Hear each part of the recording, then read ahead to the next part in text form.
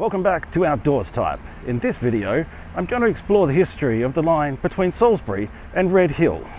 You know, this is the final part of my explorations around the old railway lines of mid-north South Australia, as I've tried to piece together the mess that is all these abandoned railways up this way. Let's go dig a little deeper and fly a little higher as we explore more along the Salisbury to Redhill line. The broad gauge Salisbury to Long Plains line branched off the Burra line from 1915, reaching Long Plains in 1917 and Redhill in 1925. The northern pastoral areas of South Australia already had a network of mixed gauge lines, which were basically a muddled mess of regional lines stitched together. The line was designed to create a faster route to Port Pirie, although this didn't happen until 1937, the same time as the standard gauge from Port Augusta reached Port Pirie. Up until now, travellers from Western Australia bound for the eastern states had to travel via the Pichi Richi Pass, and those bound for Adelaide and Melbourne had to change via a break of gauge at Terowie and travel all the way down through Burra.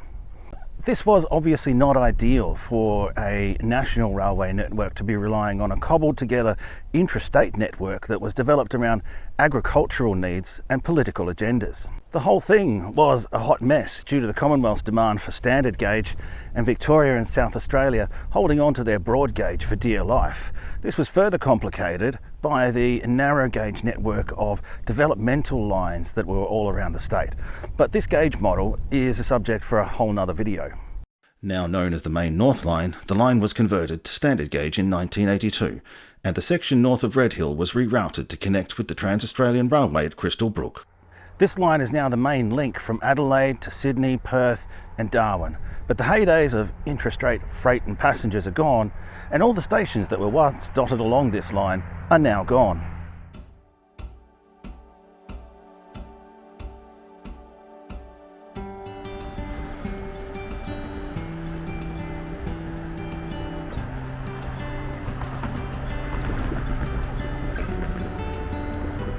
When the Adelaide to Gora Railway was built, Salisbury was the first northern settlement it reached. It had several station buildings over the years as it grew. By the 1950s, it had become an important junction for the Gora and onwards Port Pirie and Penfield lines. When the Adelaide to Port Pirie line was converted to standard gauge, a new standard gauge line was built through the station area, separate from the broad gauge tracks west of the Gora line platforms. This is a single line, and no platform was ever provided. In fact, the historic stone 1857 building on the down west platform, which also included a signal box, was demolished when the standard gauge line opened.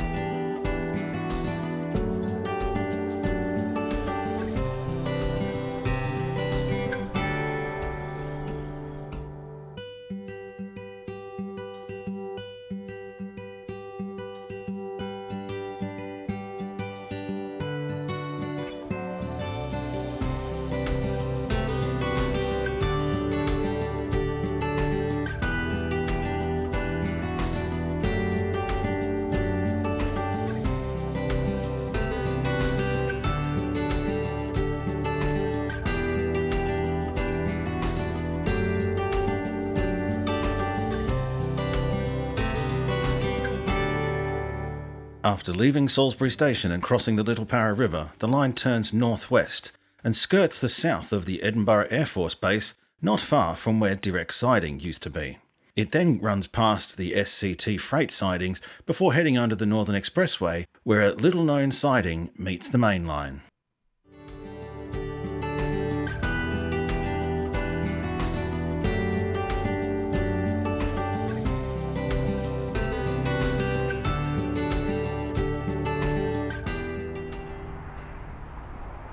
Well, here we are just south of Virginia, just near the Northern Expressway, and tucked right in here is a very old siding, still connected to the main line. Not much happening here these days.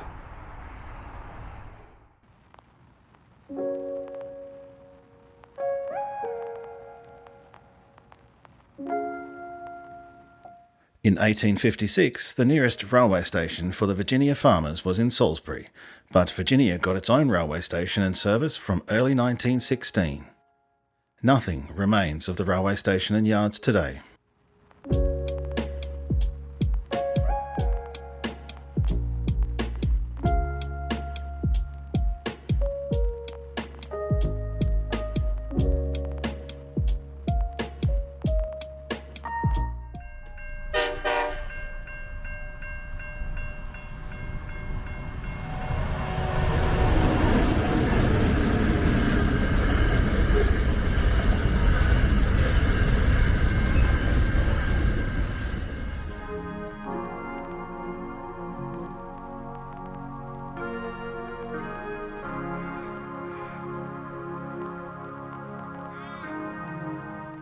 So we're here near the bridge over the Gora River, and you start to see a couple of floodway bridges here as well, which is an indicator of just how much this place floods.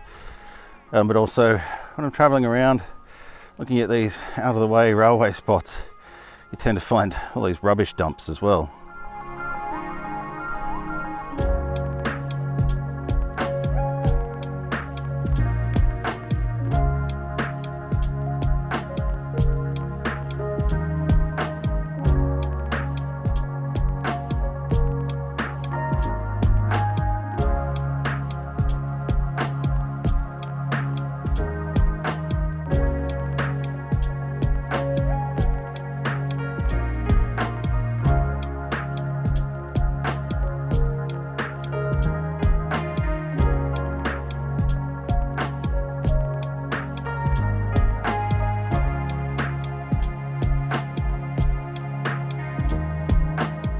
And as you can see now, 2 wells is about the extent of the extra suburban sprawl here, piling into the northern suburbs of Adelaide.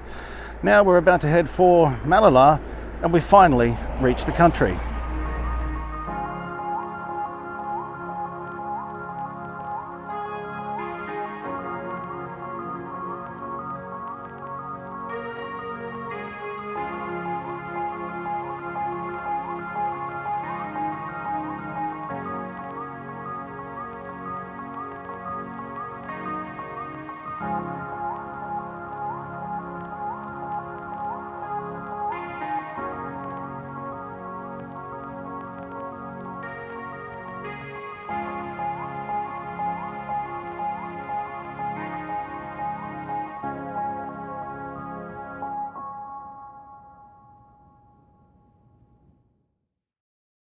The railways arrived in Malar in 1917.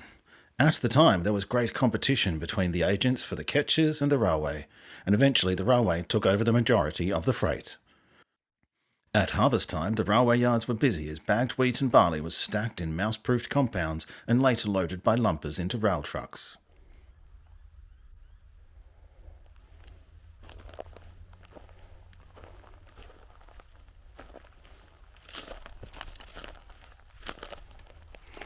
Here we are in Malar.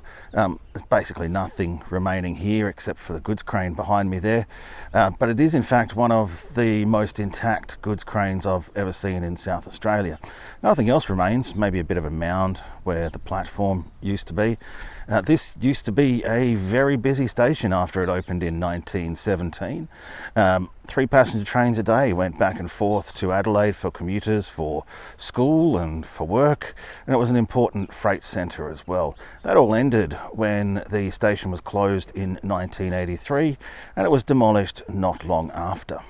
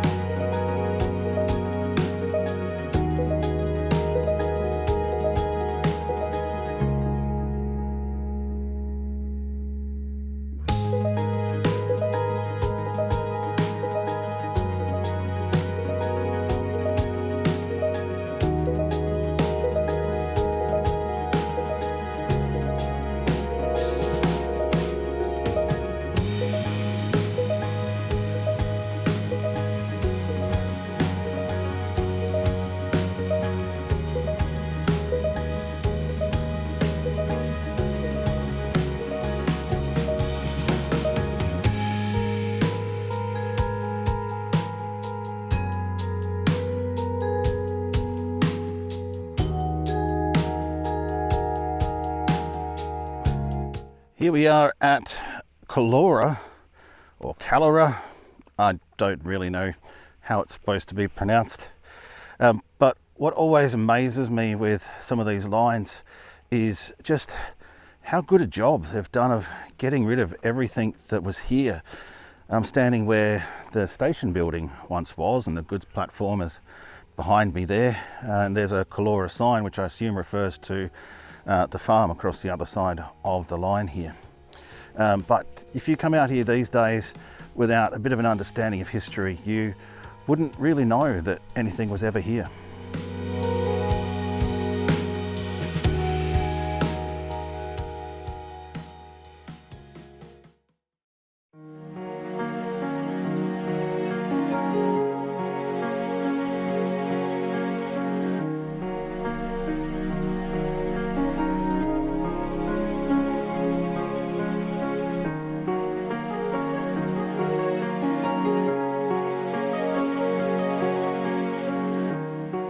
So here we are at the entrance to the Bowmans township, and obviously this is where the broad gauge railway once ran through. You've still got the old communications box there. Let's have a look inside.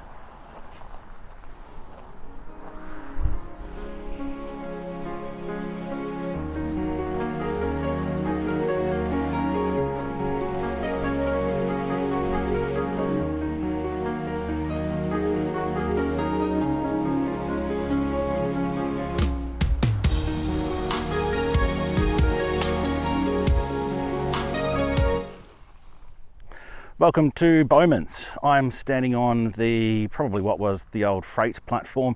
Behind me is the remains of the passenger platform. There was a hive of activity here. There used to be a big turning table behind me. The Port Wakefield to Balaclava line came straight through here, and the Port Pirie to Adelaide line kind of veered off and came through the station here, and then went off around the back of what's now the Bowmans intermodal terminal. We'll go for a look around the platform and see what we can see.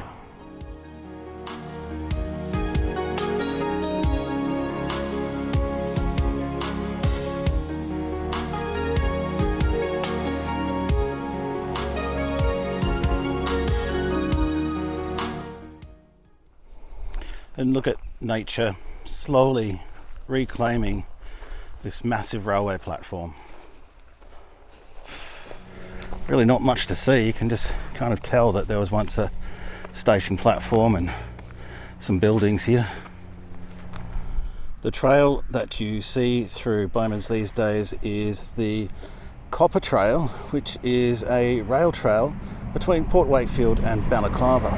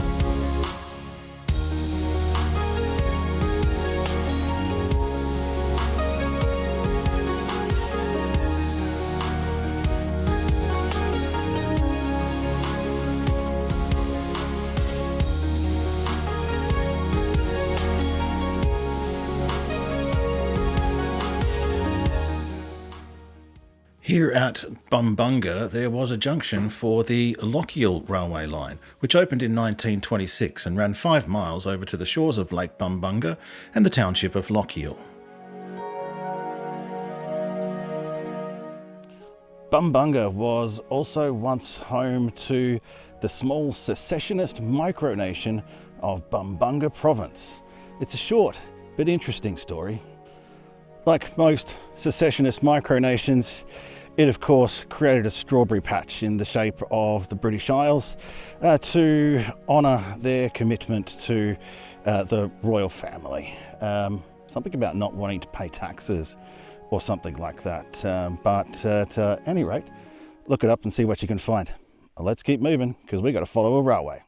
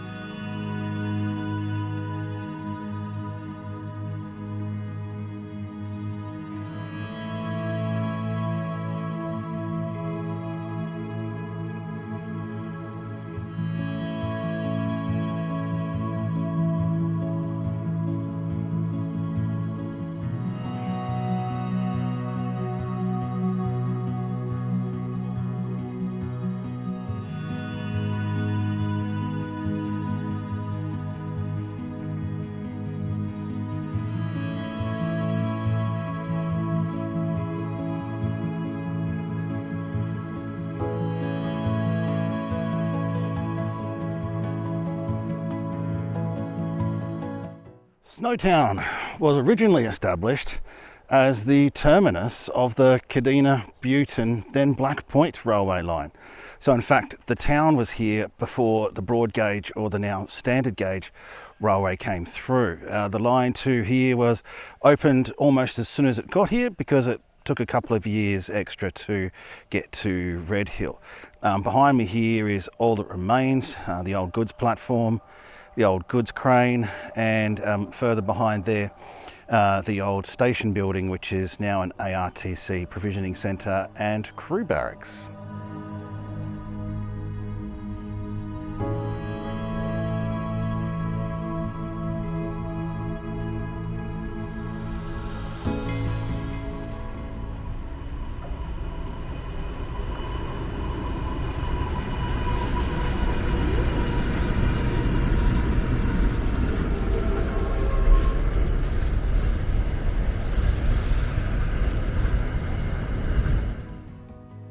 There's also nothing remaining north of Snowtown at Burnsfield, Lakeview and Collinsfield, although we do know that they had station buildings that looked a bit like the plans here. The new broad gauge railway line direct from Adelaide to Port Pirie via Malar, Bowmans and Snowtown reached Redhill in 1925. The South Australian Railways operated passenger services twice daily to Redhill and Port Pirie until around 1980. There's still a little bit left here at Redhill. You've got the crumbling goods siding, which is falling apart. And if you can see over the other side of the main line there, it's not the original railway building. In fact, I'm not sure what it's supposed to do, but that does look like the original Redhill railway line sign there.